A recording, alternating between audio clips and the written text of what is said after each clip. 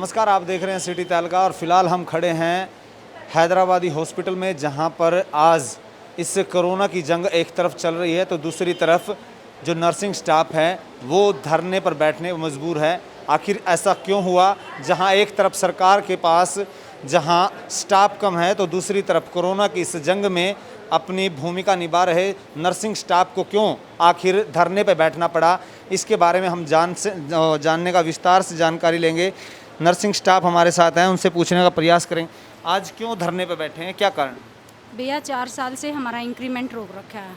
4 साल से यही कहते आ रहे हैं कि आज देंगे, अब दें, अगले महीने देंगे, अगले महीने देंगे। हम पिछले महीने बाबूजी से बात करने गए, मैं सारा स्टाफ उनके पास 8-10 चक्कर काट आया है। हम सारा स्टाफ फिर पिछले महीने इकट्ठा होके गए। हम बोले बाबूजी क्या करना है, आप कह रहे थे अब देंगे अब देंगे। कहता है अब तो बेटा कोरोना चल रहा है, स्टाफ में वैसे ही पेशेंट नहीं हो रहे। हम बोले, फिर हमारी बात होगी ऐसे ही, बाबूजी आपने हर चीज़ के रेट तो बढ़ा दिए हैं, तो कोरोना चल रहा है, जो आम पब्लिक है उनके लिए कोरोना नहीं है, जो हर चीज़ में आपके प्राइस बढ़ गए हैं, ठीक है, तो हमारा भी दे दो। कहता हमारे पास देने के लिए नहीं है, जब कोरोना हो जाएगा ना फिर आपको इकट्ठा दे देंगे। मतलब फिर हमने सारी बात करी कि बाबूजी एक बात बताओ, जब 300 स्टाफ 200 स्टाफ है यहाँ पे, सबका इकट्ठा नहीं दिया जाएगा, आप थोड़ा थोड़ा करके डाल दो। अगर आप पे 20 स्टाफ का लगता है 20 का डाल दो, अगर 40 का लगता है 40 का डाल दो, थोड़ा थोड़ा करके सबका डाल दो। कहता ठीक है बेटा, हम डाल देंगे, अगले महीने से डाल लेंगे। मैं कहा ठीक है। फिर हम सारा स्टाफ आ गए, चलो आश्वासन दे दिया, हम आ गए वापस। आते ही अगले महीने अब ये पे डाल ली, तो हमने इनको पहले ही बोल दिया था अगर अगले महीने हमारा ये नहीं डलेगा इंक्रीमेंट तो यहाँ पे स्टाफ स्ट्राइक पे बैठेगा। तो हमने तो इनको पहले बोल दिया था ये बात। तो हमने ये सैलरी डालने से पहले भी हमने इनको बोला कि हमारी सैलरी जब तक नहीं डालना, जब तक हमारा इंक्रीमेंट नहीं डालने लगेगा। तो इन्होंने चुपके से सैलरी भी डाल दिया। परसों 8-6-7 दिन से कह रहे हैं कि संडे को मीटिंग है। संडे को हमारा हाफ स्टाफ आता है, 4 घंटे एक स्टाफ आता है, 4 घंटे एक स्टाफ आता है। ये बताओ संडे को मीटिंग कौन करेगा, किसके साथ मीटिंग करेंगे ये? क्या मांगे हैं आपकी जिसको लेकर? जो हमारा 4 साल से इंक्रीमेंट इन्होंने रोक रखा, हमारा इंक्रीमेंट और जो हमारा बकाया पैसा है सारा दिया जाए स्टाफ को। इसमें क्या दिक्कतें आ रही हैं? स्टाफ जब आपने मैनेजमेंट से बात की तो मैनेजमेंट क्या कह रहा है? मैनेजमेंट सिर्फ यही आश्वासन देती है कि दे देंगे, झूठा आश्वासन देते हैं बस। लेबर कोर्ट में भी आपका कहीं जो है पेंडिंग पड़ी है, इसको लेकर के आप? कोर्ट में 2 साल से हमारा केस पड़ा हुआ है, लेकिन अब 3 हो गए, 3 साल से केस पड़ा हुआ है, लेकिन हमारी कोई रिस्पॉन्सिबिलिटी नहीं। का परसों हमें धमकी दी गई है यहाँ पे, इस पे इंक्वायरी पे, तब हमने कोई खड़े हुए हम सारे। धमकी दी गई? कल परसों यहाँ का अदर बंदा यहाँ पे खड़ा होकर स्टाफ को कह रहा है 25 साल पहले यहाँ पे मैनेजर होगा, हमने नहीं देखा, देखो उसको ना, हम उसको जानते, बाई फेस थोड़ा बहुत जानते हैं।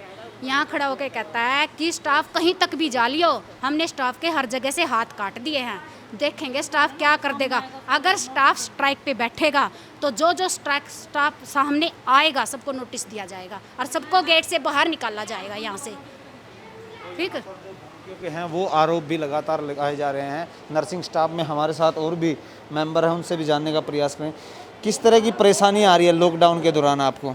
जी बोलो, क्या क्या परेशानी है? जी मैडम। हाँ जी, हमें बहुत परेशानी है इस हॉस्पिटल में। 20 ईयर्स ओल्ड स्टाफ हूँ यहाँ का हमारा पूरा हॉस्पिटल का ऑल स्टाफ मैनेजमेंट के बाद कितनी बार जा चुके हैं, कितनी बार जा के स्टाफों ने हाथ भी जोड़े, पैर भी पकड़े, बाबूजी हमारा लास्ट जो रुका हुआ एग्रीमेंट दे दो। उन्होंने देने से हमें इनकार भी नहीं करा और अभी तक दिया भी नहीं है। हमारे हॉस्पिटल में कई स्टाफ बेचारे ऐसे हैं जो इस सैलरी से अपना घर चलाते हैं। बहुत ऐसा भी स्टाफ है जो अपनी परेशानियों का सामना करके यहाँ पे ड्यूटी कर रहा है, पर हमारी इस हॉस्पिटल में कोई सुनवाई नहीं। अगर हम उनको कहते हैं हमारे को एग्रीमेंट दे दो तो वो हमें धमकियाँ देते हैं, हम तुम्हारा ये कर देंगे, नोटिस थमा देते हैं सबको। बहुत दुर्व्यवहार करते हैं ऑल स्टाफ के साथ। कोई स्टाफ मोस्टली स्टाफ हमारा यहाँ पर बहुत ज़्यादा गरीब है, और अगर वो उनको कुछ कहने जाते हैं तो उनको धमकियाँ दी जाती है कि तुम्हें ये कर देंगे, नोटिस दे दो। फिर स्टाफ बेचारा डर जाता है, बहुत उल्टा सीधा बहुत बोलते हैं हम लोगों को। कोरोना की इस जंग में आपके कोरोना की जंग में लगातार हम ड्यूटी कर रहे हैं। मैं जब कोरोना स्टार्ट हुआ था हम तब से अब तक ड्यूटी कर रहे हैं, ना हमें कोई सैलरी एक्स्ट्रा दी गई है, ना जो कि स्टाफ इन्होंने घर बैठाया था उनकी भी सैलरी काट ली गई है। और कोरोना की जंग से लेके अब तक हमारा आज स्टाफ ड्यूटी कर रहा है, उन्होंने ड्यूटी के लिए कोई मना नहीं करा। अगर आज हम स्ट्राइक पे बैठे हैं, हमारा हर ओपीडी में एक एक स्टाफ ड्यूटी कर रहा है, ऐसा कुछ नहीं है कि हम ड्यूटी नहीं कर रहे हैं। अभी भी आया कोई डॉक्टर ने हमें यहाँ धमकी दी, हम ये कर देंगे वो कर देंगे। क्यों? हम अपने हक के लिए तो लड़ रहे हैं। हम अपने मैनेजमेंट के साथ बिल्कुल लड़ाई नहीं करना चाहते थे कि हम इनके साथ लड़ें, नहीं। क्यों?